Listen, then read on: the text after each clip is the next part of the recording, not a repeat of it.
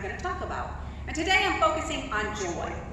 And the K-Love verse of the day is, those who listen to instruction will prosper. Those who trust the Lord will be joyful. That's from Proverbs.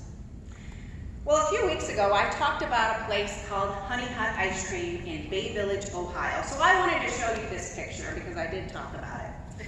And they served the best coconut ice cream. That was my personal favorite, but they had plenty of flavors. And there was just something really special about opening day at Honey Hut. It was more than just ice cream. It was the start of a new season. And it usually followed a very long winter. So it signified a new beginning for me. And maybe you're thinking, Julie, it's just ice cream. But it was more than that to me. And I just love how you can take 5 simple ingredients, mix them together, and it just brings this smile to everyone's face, right? I mean, look at those faces. I love it. It creates memories for years to come. And it not only fills your stomach, but it fills your soul with this sense of wonder and hope. So for me, the first double-decker cone of spring was more than just sticky fingers. It was awakening of your senses. And when you think about it, you literally use all of your senses when you're eating it. And that moment created happiness. Well, Alan and I, a few weeks ago, went to Brookgreen Gardens after church, and we were walking and talking, and the subject turned to joy and happiness. And I said, you know, they're different. And he said, well, I guess I've never really thought about it before. So I posed the question on Facebook. Do you think that there's a difference between joy and happiness? And I got some wonderful responses. Someone said, happiness can be fleeting, but joy is almost an attitude of being thankful, an act of worship. Someone said joy is more spontaneous. Another comment said joy is an eternal state of being, and happiness is the cherry on top. Joy is more exuberant, whereas happiness is more peaceful, and happiness is circumstantial. So I guess it appears that a lot of other people thought that they were different as well. And I believe happiness is more in the moment, whereas joy comes from knowing God. And I think that you can have joy in the midst of a storm. You know, a couple weeks ago I said that you can be content in the middle of a crisis. Well, I think that you can have joy and grief at the same time. I mean, I can be sad that somebody is gone, but I can also be filled with joy that that person was part of my life, and that those memories live with me forever. We can be kind of sad that maybe our kids are growing up and they're moving out and starting careers, but we can also be filled with joy because they're forging their own path. Now, I love this next slide because it truly depicts happiness and joy to me. I think this is my favorite picture of Reagan. We went to the Science Museum in downtown Cleveland, and she wanted to go into the ball pit.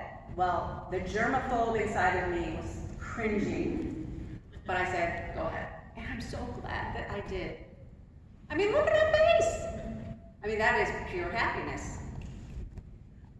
And then the picture next to her is Rachel running into the ocean here in Myrtle Beach when we vacationed here. So before we moved here, we used to come on vacation. And we always used to come during Easter time because that's when spring break was. So the water was not always, warm enough to swim in, but we could always run and put our toes in. And it symbolizes joy to me. It reminds me when you're in church and you're singing a song and those words just move you in just the right way. And you just want to raise your hand in thanksgiving. And that's one of the reasons that I really enjoy singing in the praise center. Because I get to look at all of you. I get to look at everyone's face and all of their emotions.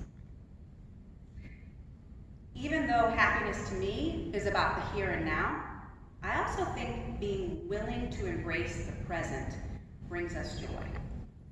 When we do, we are acting out our gratefulness.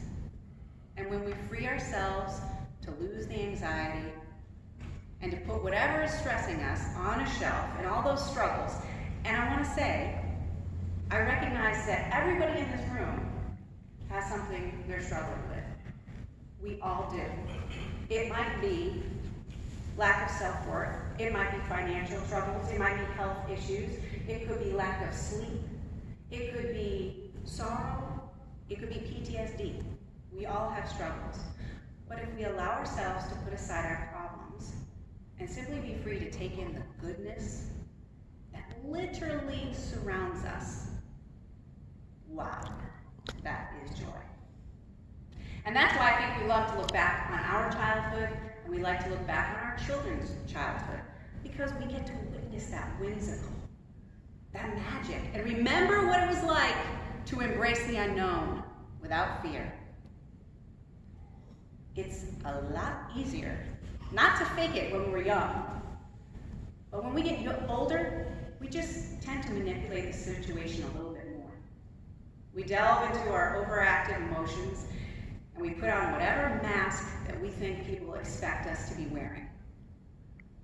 Well, fast forward 10 years, and I've got some other pictures, and the girls still find moments of joy. This is Rachel, and she loves to travel. So sometimes joy does need to be planned, and that's okay.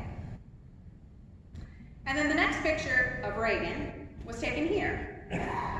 She loves the camera, y'all. I mean, she has a friend who has a very nice camera, and she likes to take pictures, and Reagan likes to pose for them, so it works out.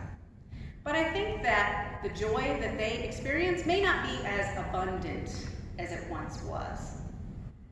There's changes. We change, our relationships change. Friendship isn't about sharing the Crayola box anymore. We have homework, jobs, responsibilities. But at what point do we allow the outside forces, or what point do we allow people who don't lead with Jesus to interfere with our ability to focus on the simpler things and to embrace joy?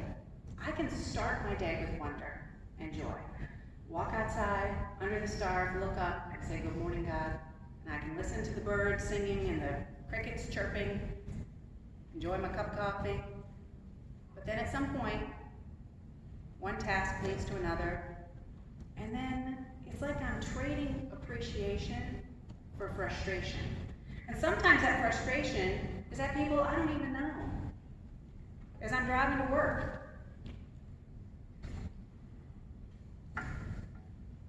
So I got to thinking, how can we break the cycle? How can we carry that joy with us throughout the day? So I reread the song. I did it backwards this week. Usually, I choose the reading, then I choose the hymn. But for whatever reason, I chose the hymn first this week, and then the reading. But here's the funny thing. When I reread the song, I said to myself, that sounds like a song that I used to sing in my home church growing up. And I'm like, yeah, it's Earth and All Stars. So, funny thing, I chose Morning Cry, right? It's on this side. Guess what's on the other side? Earth and All Stars. I'm like, this is crazy. That's right.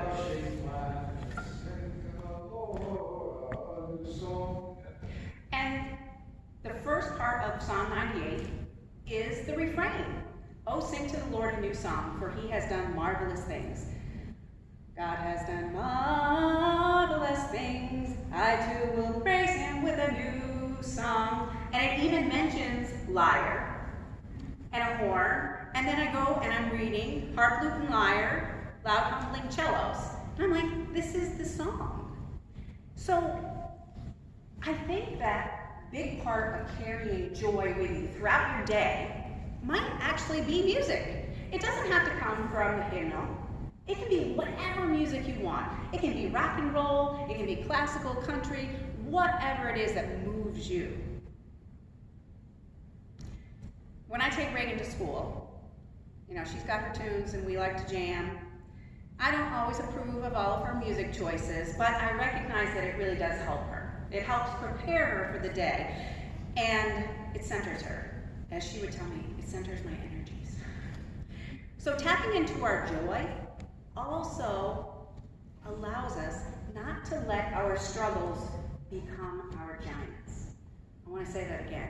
Tapping into our joy allows us to not allow our struggles to become our giants. And recently I've applied that thinking to my own life. When you're dealing with something that could easily swallow you whole, and you could just be wallowing in self-pity, remember to release the joy throughout your day. This last slide says, joy is the sound of love, the color of gratitude, and the song of hope. And that reminds me of ice cream, because it awakens all those senses. Make sure that you're using all of your senses. It will help you tap into your joy. And whatever it is that brings you joy, I want you to capture it. And I don't want you to wait until next week or next month. I want you to find it, and I want you to harness it. James chapter 1 says, count it all joy. So now it's time for joys and sorrows. So does anyone have any